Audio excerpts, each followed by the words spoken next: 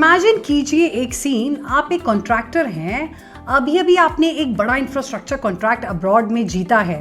अब आपका क्लाइंट बोले तो जो बेनिफिशियरी है वो वेट कर रहा है बैंक गारंटी इशू होने का, तब काम शुरू करेगा जब बैंक गारंटी हाथ में आएगी। अब आप अपने बैंक में जाते हो, सारा पेपर वर्क सबमिट करते हो और फिर वेट करते हो और वेट करते हो और वेट ही करते रह जाते हो। दिन गुजरते जाते हैं, आप सोचते हो गारंटी प्रोसेस हो रही है, आप अपने क्लाइंट को अश्योर करते हो कि बैंक गारंटी रास्ते में ही है, और फिर पता चलता है कि बैंक ने तो कभी कोई बैंक गारंटी इशू ही नहीं की, इनफैक्ट कर ही नहीं सका और किसी ने आपको बताया ही नहीं। अब आपका कॉन्ट्रैक्ट रिस्क में है, आपकी रेपुटेशन दांव पे लग गई है। ये कोई रेयर सिनेरियो नहीं है दोस्तों, ये होता है। और आर्टिकल 9 ऑफ URDG 758 एग्जैक्टली इसलिए एग्जिस्ट करता है ताकि ये कभी भी बिना अकाउंटेबिलिटी के ना हो। हिंदी ट्रेड बाइट्स में वापस आपका स्वागत है। URDG 758 का आपका article by article deep drive ICC के uniform rules for demand guarantee में। मैं हूं रवनीत, और अगर आप पहली बार ज्वाइन कर रहे हैं तो अभी के अभी रवनीत नॉलेज बाइट्स के यूट्यूब चैनल पे सब्सक्राइब करें और वहां पे एक्सप्लोर करें प्लेलिस्ट हिंदी ट्रेड बाइट्स, जहां सारे मेरे पहले एपिसोड्स आपका इंतजार कर रहे हैं। आज हम बात कर रहे हैं आर्टिकल 9 पे, एप्लीकेशन नॉट टेकन अप। और ये आर्टिकल छोटा है, शार्प है और अपने साइज से कहीं ज्यादा पावरफुल है। आर्टिकल 9 ऑफ URDG 758 पूरे रूल बुक के सबसे कंसाइज आर्टिकल्स में से एक है। ये कहता है जहां एप्लीकेशन रिसीव करने के वक्त गारंटर गारंटी इशू करने के लिए तैयार नहीं है या अनेबल है, गारंटर को विदाउट डिले उस पार्टी को इन्फॉर्म करना चाहिए जिसने गारंटर को इंस्ट्रक्शन दिए हैं। बस यही है पूरा आर्टिकल 8। एक रूल, एक ऑब्लिगेशन, एक वर्ड जो इनॉर्मस वेट कैरी करता है, और वो वर्ड है विदाउट डिले। इवेंचुअली नहीं, जब कन्वीनियंट हो तब, इंटरनल डिस्कशन के बाद नहीं, विदाउट डिले। जिस पल बैंक जानता है कि वो गारंटी इशू नहीं कर सकता या नहीं करेगा, बैंक को इमीडिएटली इंस्ट्रक्टिंग पार्टी को इन्फॉर्म कर देना चाहिए। कोई साइलेंस नहीं, कोई असम्पशन नहीं, एप्लीकेंट को अंधेरों में नहीं रखना कि उसको कॉन्ट्रैक्ट, उसका तब तक घड़ी उसकी चलती जा रही है। और आर्टिकल 9 कॉम्पैक्ट जरूर है, लेकिन इसे इग्नोर करने के कॉन्सिक्वेंसेस बिल्कुल भी छोटे नहीं हैं। चलिए इसे हम राहुल की स्टोरी के साथ समझते हैं। अब आप राहुल को तो अच्छे से जानते हैं, वो build right constructions Mumbai based India की कंपनी के मालिक। उन्होंने UAE गवर्नमेंट अथॉरिटी UAE के साथ एक अपना कॉन्ट्रैक्ट हासिल किया है। एक्सिस बैंक इंडिया उनका बैंक है। तो UAE अथॉरिटी उनको बोलती है जब तक valid performance bank guarantee in place नहीं होती, साइट पर काम करना शुरू नहीं होगा। तो राहुल अपने एक्सिस बैंक इंडिया में जाते हैं और UAE अथॉरिटी के फेवर में परफॉर्मेंस गारंटी के लिए अपनी एप्लीकेशन सबमिट करते हैं। वो सारे रिक्वायर्ड डॉक्यूमेंट्स हैंड ओवर करते हैं, contract details, guarantee application form, supporting paper work, वो सब कुछ जो आर्टिकल 8 में हमने बताया था कि एक अच्छी एप्लीकेशन में होना चाहिए।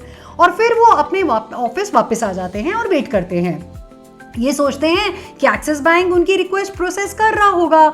अब मानो एक्सिस बैंक के पीछे कोई प्रॉब्लम है, शायद राहुल की क्रेडिट लिमिट पूरी तरह यूटिलाइज हो चुकी है और बैंक की इंटरनल रिस्क टीम इस वक्त फ्रेश गारंटी एक्सटेंड करने की पोजीशन में नहीं है, या शायद कोई कंप्लायंस इशू है जो रिजॉल्व नहीं हो पा रहा, पहले उसके बाद ही बैंक उसको प्रोसेस करेगा।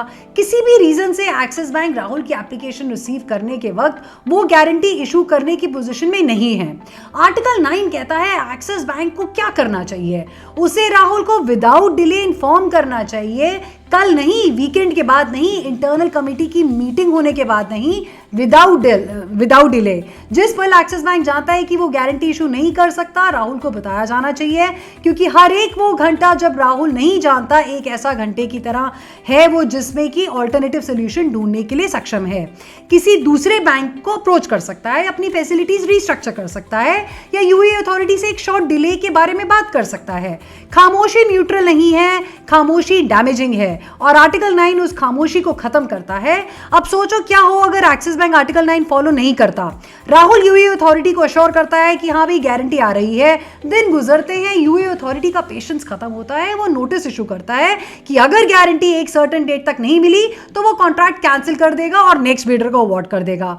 राहुल हड़बड़ा जाता है, वो एक्सिस बैंक वापस जाता है और पहली बार उसको पता चलता है कि बैंक ने तो अभी बैंक गारंटी इशू ही नहीं करी। अब वो क्रिटिकल डेज गवा चुका है जो जिनमें कि वो एक्ट कर सकता था। वो कॉन्ट्रैक्ट पूरी तरह लूज कर सकता है। बिल्ड राइट कंस्ट्रक्शंस को फाइनेंशियल और रेपुटेशनल डैमेज सीवियर हो सकता है। ये सब क्योंकि एक पार्टी विदाउट डिले कम्युनिकेट करने में फेल हो गई। ये रीजन है कि आर्टिकल 9 मैटर करता है दोस्तों। ये सिर्फ एक प्रोसीजरल फॉर्मेलिटी नहीं है, एक प्रोटेक्शन है राहुल के लिए, यूएई अथॉरिटी के लिए और पूरी ट्रांजैक्शन की इंटेग्रिटी के लिए। अब एक लेयर और डीप जाते हैं और समझते हैं कि ये आर्टिकल इंटरनेशनल ट्रेड के कॉन्टेक्स्ट में स्पेशली क्यों इतना इंपॉर्टेंट है।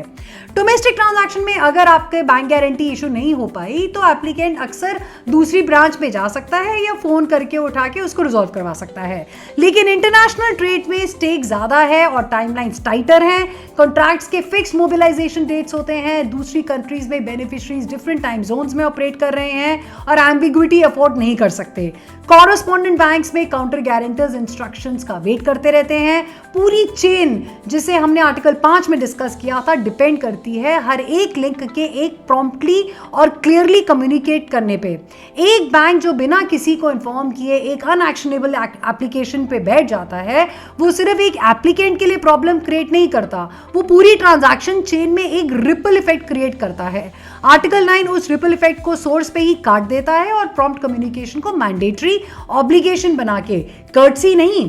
तो आर्टिकल 9 के प्रैक्टिकल टेकअवे क्लियर और इंपॉर्टेंट हैं कि अगर आप एक गारंटर बैंक हो तो जिस पल आप डिटरमिन करो कि एप्लीकेशन रिसीव होने पे आप गारंटी इशू नहीं कर सकते या वो हो ही नहीं सकती, तो आपको वो इमीडिएटली इंस्ट्रक्टिंग पार्टी को कम्युनिकेट करना होगा।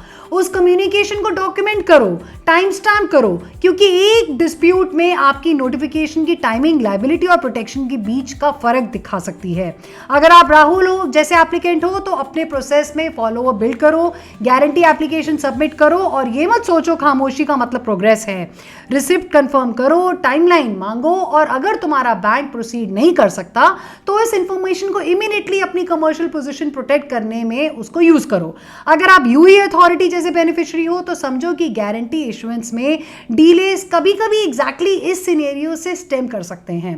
गारंटी की स्टेटस के बारे में अपने एप्लीकेंट के साथ ओपन कम्युनिकेशन हमेशा रखो, इससे पहले कि क्रिटिकल टाइम लूज हो जाए और आपको अल्टीमेटम देने पे आना पड़े।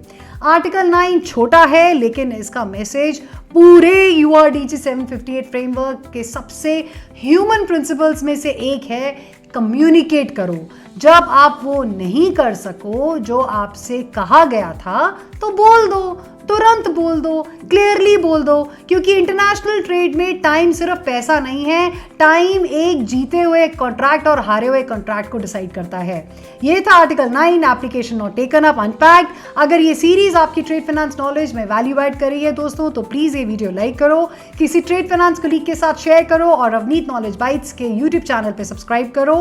URDG 758 की पूरी series Hindi trade bytes playlist पे लाइव है, article by article, concept bye concept, और हमने तो अभी शुरू ही किया है। मिलते हैं अगले बार अगली एपिसोड में अगले आर्टिकल के साथ। Till then, thank you, take care.